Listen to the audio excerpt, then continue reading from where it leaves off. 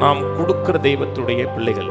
தன் சொந்த குமாரனை கொடுத்து இவ்வளவாய் உலகத்தில் அன்பு கொண்டான் இருக்கு. ஒருத்தர் நேசிக்கிறோம் என்றால் நம்ம கொடுக்கறதன் மூலமாக நிரூபிக்கிறோம். கொடுக்கும் பொழுது அதுல ஜாய் இருக்கணும், அதே நேரத்தில் அது லவ் இருக்கணும், அன்பு இருக்கணும். பின்னும் நான் சொல்லுகிறது என்னவெனில், சிறுக விதைக்கிறவன் சிறுக அறுப்பான், பெருக விதைக்கிறவன் பெருக அறுப்பான். என்னோட அறுவடை, என் பெருக்கம், என் முன்னேற்றம் என்பது கர்த்தரை சார்ந்து கிடையாது, என்னை சார்ந்து இருக்கிறது, என்னுடைய விசுவாசத்தை சார்ந்து இருக்கிறது. நான் விசுவாசத்தில் ஒன்று செய்கிறதை சார்ந்து இருக்கிறது. 7, அவனவன் விசனமாயும் அல்ல கட்டாயமாயும் அல்ல, தன் மனதில் நியமித்தபடியே கொடுக்க கடவன். உற்சாகமாய் கொடுக்கிற இடத்தில் தேவன் பிரியமாய் இருக்கிறார். விசனமாய் இல்லை, கட்டாயமாக இல்லை, கொடுத்தே ஆகணுமா நினச்சிங்கன்னா கொடுக்கக்கூடாது. ஏன்னா அவங்களுக்கு கொடுக்கணும் மனசு இல்லை. கொடுக்குறவர்கள் அந்த கேள்வியே வராது. கட்டாயமாக இருந்துச்சு, விசனமாக இருந்துச்சுன்னா கர்த்தர் அதை விரும்பவே மாட்டார். ஏன்னா அவங்களுக்கு ரிட்டன் வராது.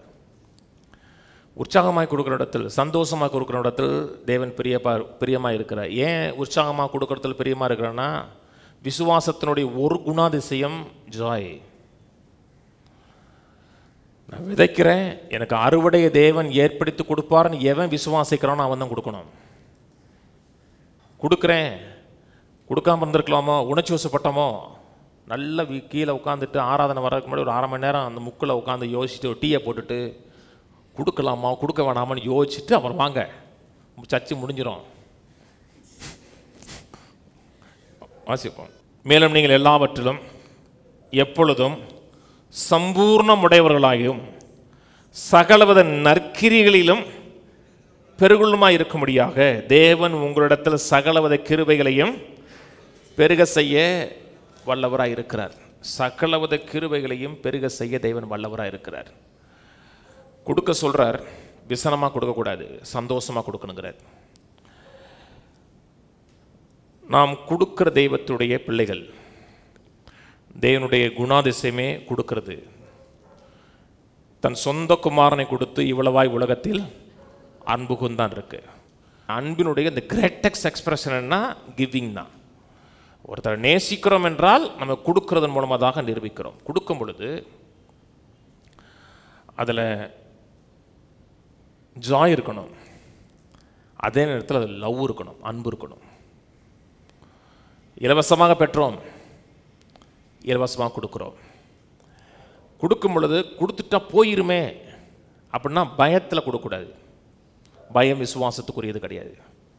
விசுவாசத்தில் கொடுக்கணும்.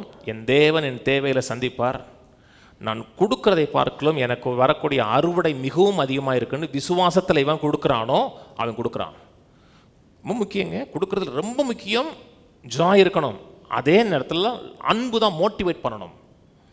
நீங்கள் கொடுக்கறத கர்த்தர் பார்க்க மாட்டாருங்க, ஏன் கொடுக்குறேன்னு கேட்பார். நீங்கள் கொடுக்கறதை பார்க்கலும் ஏன் கொடுக்குற, அன்புல கொடுக்குறியா, கொடுக்கணுமேனு கொடுக்குறியா? கொடுக்கறது எது மோட்டிவேட் பண்ணுது? லவ் மட்டும்தான் மோட்டிவேட் பண்ணணும். நான் சொன்னது புரியுதுங்களா? ஆண்டவர் தன் சொந்த குமாரனை கொடுத்தாரு, எது மோட்டிவேட் பண்ணிச்சு அவரை? அன்புங்க. சொல்றாரு, நீங்கள் எப்பொழுதும் எல்லாவற்றிலும் சம்பூர்ணமுடையவர்களாகவும் சகலவித நற்கிரிகளிலும் பெருகுள்ளமாய் இருக்கும்படியாக தேவன் உங்களிடத்தில் சகலவித கிருபையும் பெருக செய்ய சகலவித கிருபையும் கொடுக்கிறார். பெருக செய்ய வல்லவர். எல்லாருக்கும் காட் இஸ் ஏபிள் தெரியும். எதுக்கு ஏபிள்? நம்ம பெருக செய்ய ஏபிளா இருக்கிறார். எதுக்கு பெருக செய்ய ஏபிளா இருக்கிறார்? சகலவித நற்கிரிகளையும் நான் பெருகணும். இங்கே உதவி செய்யணும், அங்கே உதவி செய்யணும், அங்கே ஒரு மனிதனுக்கு உதவி செய்கிறது என்னுடைய பங்கு இருக்கணும். அப்படி எல்லார் இதுலேயும் என்னுடைய பார்ட் இருக்கணும்.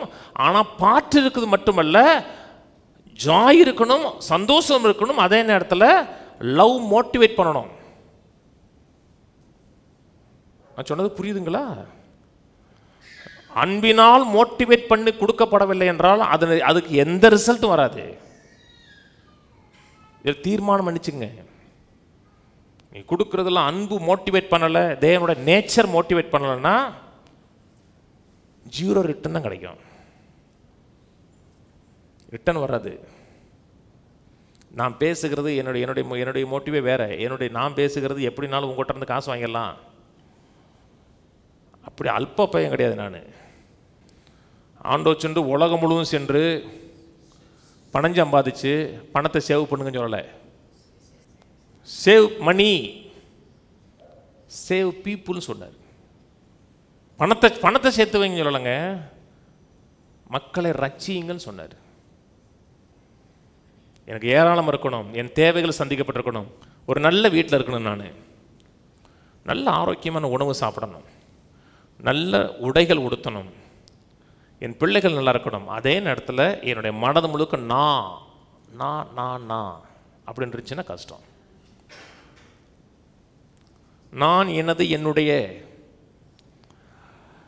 எல்லாம் இருக்கணும், நிறைவாக இருக்கணும். ஆனால் நீங்கள் சேனலாக இருக்கணும்.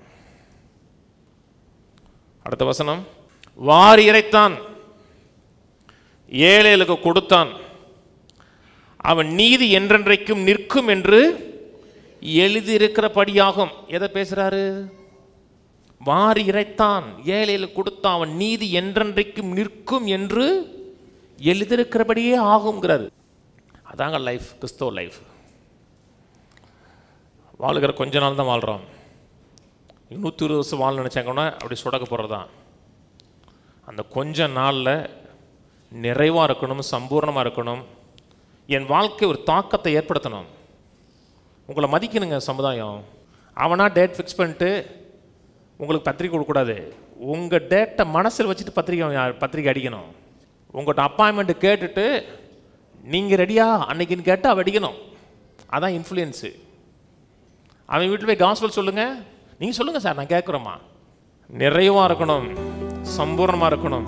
அதே நேரத்தில் வாரி இறைக்கணும், வறுமை அடைஞ்சிடக்கூடாது.